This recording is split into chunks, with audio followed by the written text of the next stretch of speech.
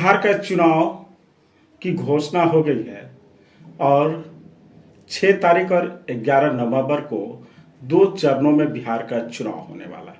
सभी पार्टियां अपनी मजबूती के साथ जनता के बीच जा रही है और अपने बातों को रख रही है। सभी लोगों का कहना है कि हमारी सरकार बनेगी तो हमारा जो एजेंडा होगा ये मुख्य होगा। अभी हम पहुंचे हैं आम आदमी पार्टी के जिला महासचिव के पास और उनसे जानेंगे कि पूर्णिया में जो उनका विजन और मिशन क्या है, वो किस मिशन के तहत जो है बिहार में बदलाव की ओर जाना चाहते हैं। हमारे साथ है आदित्य लाल जी। और आदित्य लाल जी, सबसे पहले तो चैनल पे आपका स्वागत है। बहुत बहुत धन्यवाद और पूर्णिया की जनता को भी मेरी तरफ से बहुत बहुत धन्यवाद कि आम आदमी पार्टी आपके लिए आ रही है विकल्प बन करके। इसके लिए आप लोगों को तो आप खुश हो जाना चाहिए और इस चैनल के माध्यम से जो भी हमसे बात होगी तो आप तक जरूर पहुंचेगी और आप लोग भी अपना कमेंट्स पे जवाब जरूर दें। अच्छा आदित्य लाल जी, सबसे पहले तो हम ये जानना चाहेंगे कि आप लोगों का जो मिशन और विजन क्या है। जिस तरह से दिल्ली में केजरीवाल जी जो है लगातार 2 कार्यकाल तक जो है दिल्ली के शासन व्यवस्था को चलाया, वहाँ के विकास के कार्यों को देखा, क्या लग रहा है कि वो जो शासन व्यवस्था है वो बिहार में होनी चाहिए? हाँ बिल्कुल, क्योंकि आप दिल्ली में देखिए कि जो सरकारी स्कूल का व्यवस्था था, आज वो भी व्यवस्था यहाँ पर भी आप देखिए कि बिहार में किस तरह का व्यवस्था है। छत गिरता है, लोग बैठ करके बोरा चट्टी पे बैठ करके पढ़ाई करते हैं बच्चे सब, और हमने बहुत सारा वीडियो भी बनाया था स्कूल का। और अभी आप दिल्ली में अगर देखेंगे अरविंद जी का अगर काम कि शिक्षा के क्षेत्र में, तो आप कंफ्यूज हो जाएंगे कि ये सरकारी स्कूल प्राइवेट है कि क्या है। वो इतना हाईटेक कर दिए हैं पढ़ाई को और भी मुफ्त शिक्षा का व्यवस्था है। तो हम भी चाहते हैं कि हमारे बिहार में मुफ्त शिक्षा आए और वो भी हाईटेक व्यवस्था के साथ विथ डिजिटलाइजेशन। अच्छा, क्या लग रहा है कि इससे जो बिहार में, अब आपने शिक्षा व्यवस्था की बात कर ली, तो शिक्षा व्यवस्था दुरुस्त वगैरह है ना बिहार में?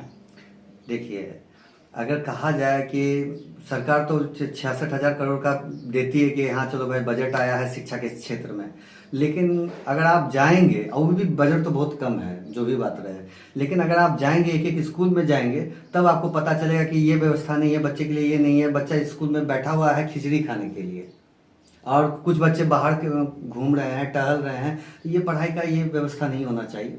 अगर आपको अच्छे से अगर चाहते हैं कि नहीं, स्कूल अगर मॉडिफाई आप नहीं करेंगे, हाईटेक नहीं करेंगे, डिजिटलाइजेशन नहीं लाएंगे, तो फिर कैसे आप सोचते हैं कि हमारी देश अग्रणी हो जाएगी। जब तक शिक्षा और स्वास्थ्य नहीं अच्छा होगा तब तक आप कैसे विश्व गुरु कहलाएंगे। लेकिन नीतीश जी लगभग 20 वर्षों से शासन में है, वो कह रहे हैं कि बिहार में अमूल चूक परिवर्तन हुआ है, बिहार विकास की रफ्तार पर है, और एक स्लोगन भी है, बदल रहा है बिहार विकास की रफ्तार। हाँ, तो क्या ये स्लोगन वगैरह या जो नीतीश कुमार जी दावा कर रहे हैं 20 वर्षों का कार्यकाल का जो बिहार बदल रहा है, तो वो आप लोग किस नजरिए से? देखिए, एक तो उनका मेंटली जो भी रहा हो, अब वो कुछ भी बोल सकते हैं बिहार बदल रहा है, और सही में बदल रहा है। और ऐसा बदलेगा इस चुनाव के बाद कि वो उनको पता नहीं चलेगा कि वो सत्ता में है कि नहीं है, वो भी उनको समझ में आ जाएगा। लेकिन हाँ, शुरुआत के दौर में अगर कहा जाए तो कुछ हद तक तो उन्होंने शुरुआत किया था, लेकिन ये उछलम कूदम जो होता था, जंपिंग स्टाइल, कि हम राजद के साथ आ गए फिर हम बीजेपी के साथ चले गए, तो ये उनका स्टैंड क्लियर नहीं था कभी भी। और ये अपनी कुर्सी को बचाने के चलते बिहार को आग में झोंक दिए। इसी लेकर के बिहार का आपका जो डेवलपमेंट जितना होना चाहिए था उस हिसाब से नहीं हो सका। आज भी बच्चे सब, आप जाइए, मैं तो बच्चे सब के साथ ज्यादा फोटो खिंचाता हूँ, इसलिए खिंचाता हूँ क्योंकि मुझे बच्चों से बहुत लगाव है। और आप देखिए, ठंड के दिन में भी आप देखिएगा उनके शरीर पर कपड़ा नहीं रहता है, खाना तक नहीं खा पाता है 2 टाइम। बोरा पहन करके माँ बाप अपने बच्चे को ठंडा से बचाता है। क्या ये डेवलपमेंट हम कहें? माने आप कह रहे हैं कि यही परिवर्तन हुआ है? परिवर्तन हाँ, बस यही है, चलता आ रहा है ऐसे ही। हाँ, बदलाव तो होना है, बदल रहा है। हाँ, इस बार चले भी जाएंगे, नीतीश कुमार चले जाएंगे। हाँ, एकदम चले जाएंगे।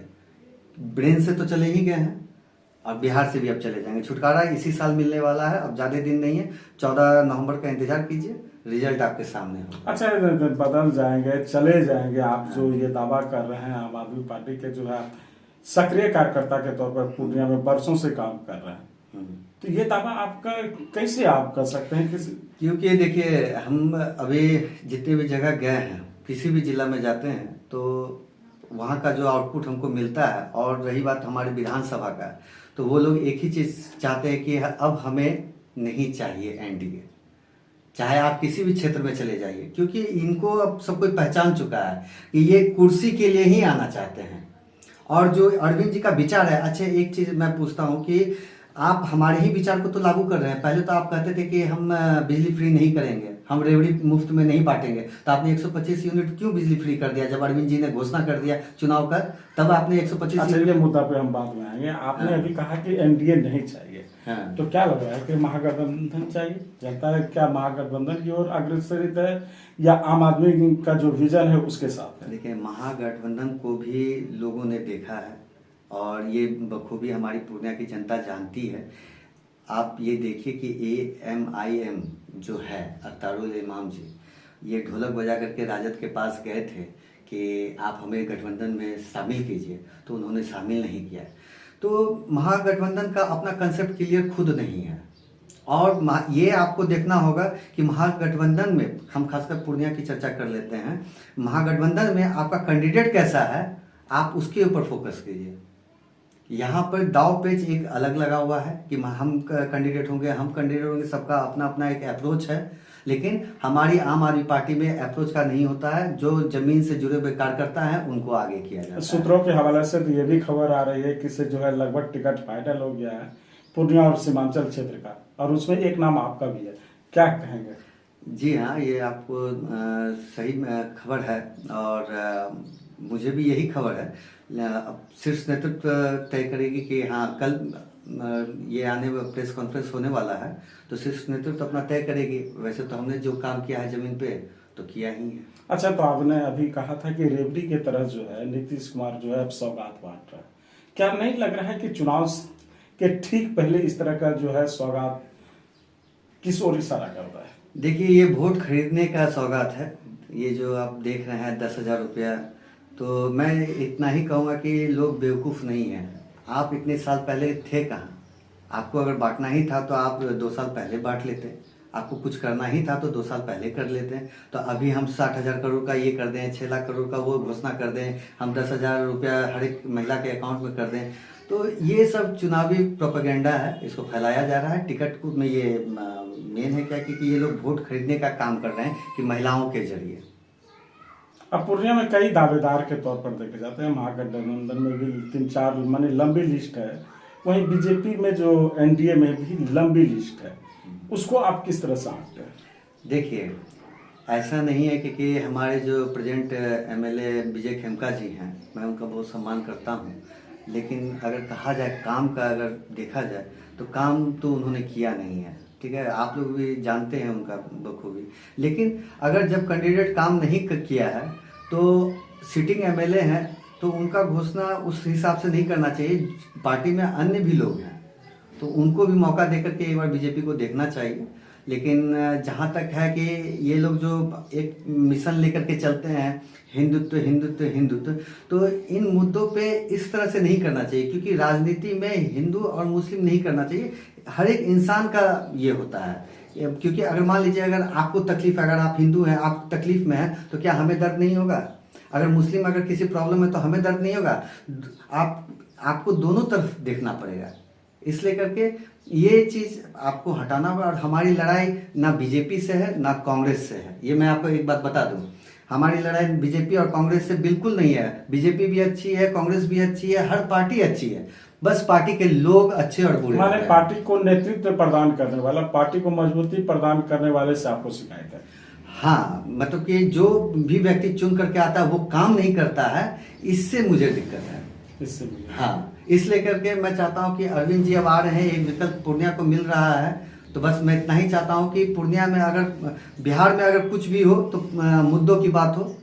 पार्टी तो बाद की बात है, पार्टी तो एक सपोर्ट है, लेकिन हाँ, मुद्दों की राजनीति होनी चाहिए। हमें काम करना है, हमें काम पे फोकस करना है। अच्छा, क्या लगता है कि जो दिल्ली में शासन जो अरविंद केजरीवाल की है, उस पर कई गंभीर आरोप लगाए गए, उसके बाद शासन से उनको जो है हाथ धोना पड़ गया, तो क्या लग रहा है किसकी साजिश देखिए, ये एक्चुअली क्या है ना कि वो लोग जानते थे कि अगर इन लोगों को, अगर अरविंद जी को हो चाहे सत्येंद्र जी जैन जी को हो, अगर इन लोगों को जेल में नहीं रखा जाएगा तो दिल्ली ये जीत नहीं पाएंगे।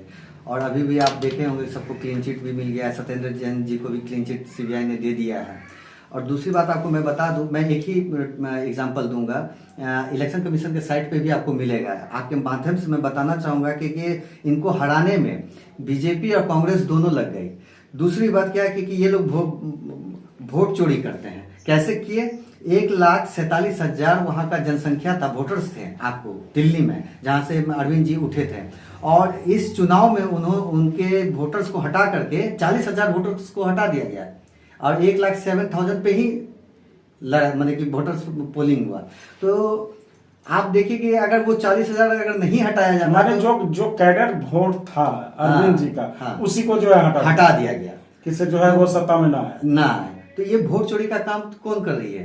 पहले बूथ कैप्चरिंग होता था, अब वोट कैप्चरिंग हो रहा है इस माध्यम से। और हमें तो लगता है कि इसमें चुनाव आयोग को भी सोचना चाहिए, समझना। अच्छा, पूर्णिया में आप कैंडिडेट के तौर पर जो है अभी भावी उम्मीदवार हैं और हो सकता है कि 1-2 दिन में घोषणा भी हो जाएगी, तो पूर्णिया में क्या आमूलचूल परिवर्तन करने की आवश्यकता है? आप उसको किस नजरिए? देखिए, सबसे पहले तो शिक्षा को बेहतर बनाना होगा।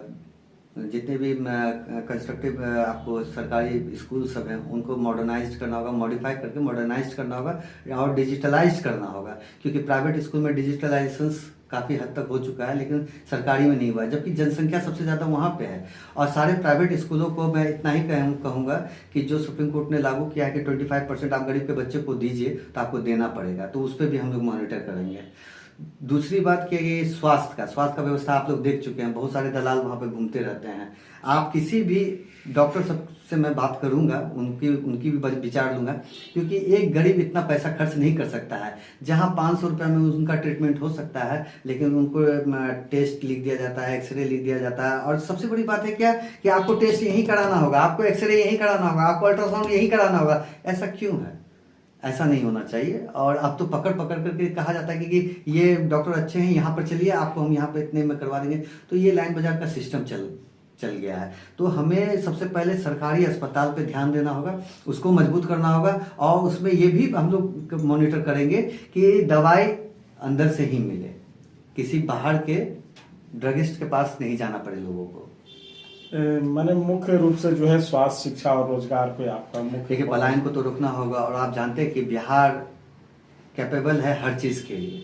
आज आप मखाना बोर्ड आप जाकर के उधर लगा दिए दरभंगा में, जो आपको कटिहार पूर्णिया सबसे ज़्यादा ये करता है, तो आपको पूर्णिया में लगाना चाहिए। और उद्योग को तो आपको चलाना ही चाहिए। गिरिराज सिंह जी आए, कपड़ा मंत्रालय उनको मिला हुआ है, तो उनको कपड़ा उद्योग लगाना चाहिए।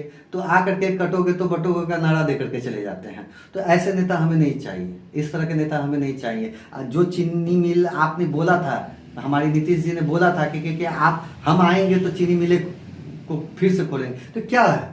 वो तो बंद हो गया। तो बनबनकी का भी चीनी मिल हो गया, बिहार के लगभग सभी चीनी मिलें बंद हो गए, कह रहे थे कि खुलवाएंगे, लेकिन हुआ तो नहीं ना।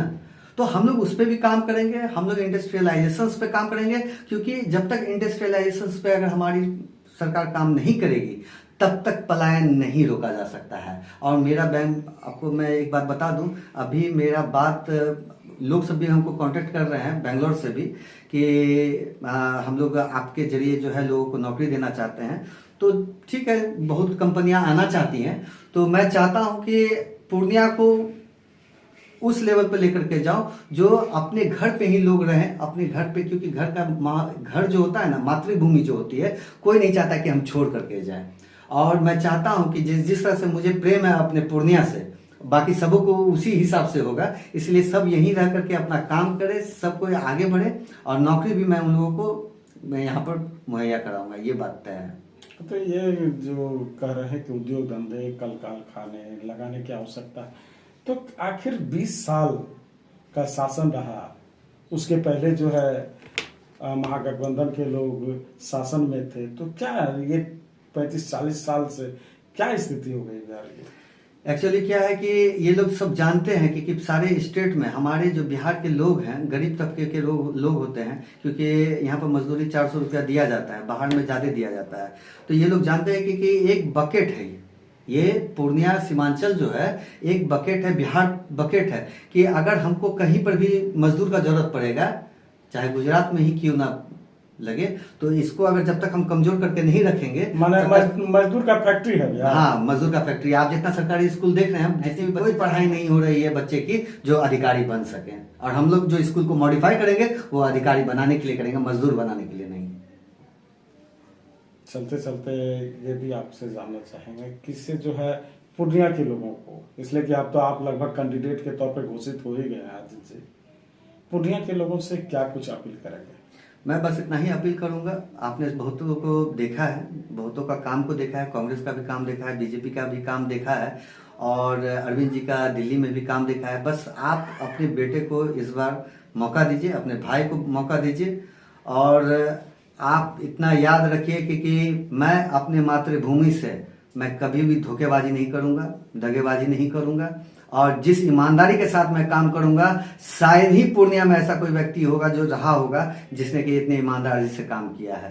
और आम आदमी पार्टी को पूर्णिया सदर सीट मैं निकाल करके जरूर दूंगा, और सारे लोगों को एक एजुकेटेड पार्टी में जो आगे डेवलपमेंट होगा उसमें सबको साथ लाऊंगा। माने बीजेपी और महागठबंधन का पूर्णिया में नहीं चलने वाला है? नहीं चलेगा, इस बार नहीं चलेगा। जहां पर भी आप देखेंगे आम आदमी पार्टी, लोग मुझे बहुत प्रेम प्यार देते हैं, अपना बच्चा समझते हैं, और मुझे खुशी होता है। आज मैं आपको एक बात और बता दूं, मैं गौड़ा पंचायत गया था। गौड़ा पंचायत में जितनी भी महिलाएं थी, वहां पर आप जानते हैं कि 80% आपको हिंदू बहुल इलाका है, सब अपने आंचल से मुझे आशीर्वाद दे रही थी, सारी महिलाएं आशीर्वाद दे रही थी। मुझे बहुत गर्व महसूस हो रहा था, और मेरा अंदर से आत्मा भी थोड़ा सा, ये मैं इमोशनल बहुत ज़्यादा होता हूँ, लेकिन हाँ, उन लोगों ने मुझे जो प्रेम प्यार आशीर्वाद दिया है, तो मैं कुछ तो करके जरूर दिखा दूंगा। माने जातिवादी हिंदू मुस्लिम ये सब कुछ नहीं चलेगा? नहीं, मैं एक नज़र से सबको का काम करूंगा। और एक मुद्दा मैं आपको एक और बता दूं आपके चैनल के माध्यम से, ये जो ग्रुप लोन का जो खेल और मुद्दा चल रहा है, एक महिला अपने आप को फांसी लगा करके भी मर गई। मैं आपके माध्यम से इतना ही कहना चाहूंगा कि अब अगर मैं आ रहा हूं तो आप स्थिर हो जाएं, और ग्रुप लोन वाले जो चंगुल में फंसाते हैं और जिस तरह का विचार व्यवहार आप लोग करते हैं, अपने लोग को मौत के घाट उतार देते हैं, तो अब वो नहीं चलेगा। 14 नवंबर के बाद आपका बेटा इन सब चीजों से आप लोगों को मुक्ति प्रदान करेगा। पूर्णिया में आम आदमी पार्टी मजबूत है ना? पूरे तरीके से है, आप एक बार सर्वे करा लीजिए। इसी के वजह से तो बाकी सारी पार्टियां अभी सहमी हुई हैं, डरी हुई हैं, और सब जान रहा है कि पूर्णिया सदर आम आदमी पार्टी के ये में जा रही है। पूर्णिया सदर आम आदमी पार्टी के झोली में। हाँ, आपके चैनल पे मैं जो बोल रहा हूँ, आप रिजल्ट देख लीजिएगा 14 नवंबर। जनता तय कर लिया है? जनता पूरी तय है, क्योंकि वो जान रही है कि अगर एजुकेटेड, क्योंकि अभी तक राजनीति में जितने बेवकूफ मूर्ख लोग आए, सिर्फ मूर्ख बनाने के लिए जनता को आए हैं। आज अगर कोई शिक्षित अगर आ रहा है समाज में, माने राजनीति में एजुकेटेड लोगों की कमी है, बहुत कमी है, इसलिए करके मुझे उतरना पड़ा। इस राजनीति बहुत गंदी है, लेकिन क्यों गंदी है? लोगों ने गंदा कर रखा है। अगर शिक्षित लोग अगर आएंगे तो समाज में क्रांति आएगा, ये बात आप जान जाइए, समाज में जरूर क्रांति आएगा। तो ये थे आदित्य लाल जी, और पूर्णिया से आम आदमी पार्टी के उम्मीदवार के तौर पर हैं, और इनका जो विजन है, मिशन है, इनका साफ तौर पर कहना है कि आम आदमी पार्टी यानी कि जो है दिल्ली के जो पूर्व मुख्यमंत्री अरविंद केजरीवाल का जो मिशन और विजन था, दिल्ली को विकास के पटरी पर पहुंचाना, वही मिशन और विजन के तौर पर जो है बिहार में भी जो है आम आदमी पार्टी काफ़ी मजबूती से चुनाव लड़ रही है, और इस बार जो है काफ़ी सीट लाकर बिहार में अपना शासन व्यवस्था लागू करेंगे, और दिल्ली मॉडल को जो है बिहार में लागू करेंगे। और इसके साथ ही जो है आदित्य लाल जी ये भी कहें कि पूर्णिया सदर विधानसभा का जो आम जनता है, वो आम जनमानस है, वो इस बार जो है आम आदमी पार्टी को बहुमूल्य वोट देकर जो है सदन तक पहुंचाएगी।